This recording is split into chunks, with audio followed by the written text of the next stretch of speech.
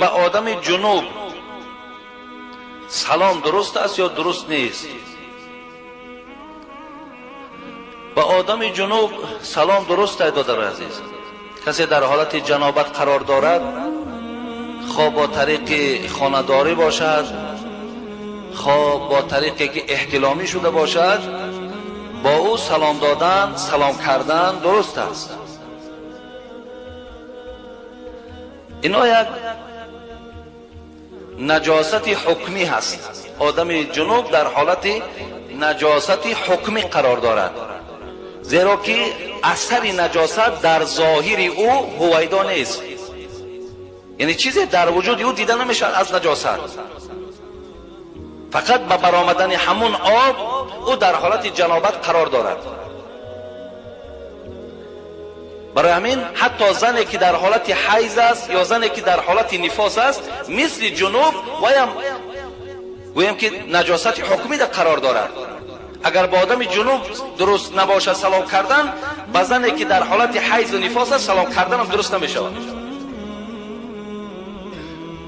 زن هم در حالت ماهانه یا زن بعد تولد کردن که حالت نفاس است، اونم در حالت نجاست حکمی قرار دارد. با او هم سلام کردن درست باقی ندارد. چی با او سلام کنی چی با آدم جنوب، هر دوش درست باقی ندارد. کمتر در مردم خودمان از وقتش که روی جنوب نبینیم قبیح است، مثال دیدن او کار برار نمیتید، گفته دیگر همینا که در ذهن مردم ما نشسته است، برای همین بسیار در نظر مردم خودمان بد میتابد. و ایلا سلام کردن درست است.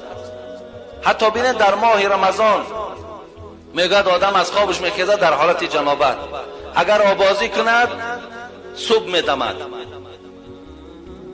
زی خاطر میگد به خاطر آنکه چیز تناول کند همون دستش میشود، میاد همراه دیگرها خوراکش میخوره، بعد خوراک بعد رفته سر بدنش میشود.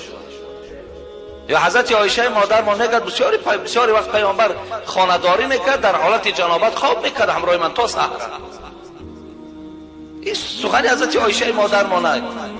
حاضر اگر ما و شما گویم یک کسی که بچه میچگه پینه یک بار خانه‌داری کردی خواب کو، بعد سحر میخیزی مقصد سر بدن تمیشوی، یگان کس ممکن با یگان مولای دیگه پیدا شد میگه اگر نکشاو مردی حرام میبری، این خیلی میگن، ولی نه حرام میبری دادر عزیز، بلکه انشاءالله همون عملهای نیکی که کردی، همون ایمانی که داری به همون ایمانت پیش خدا میره.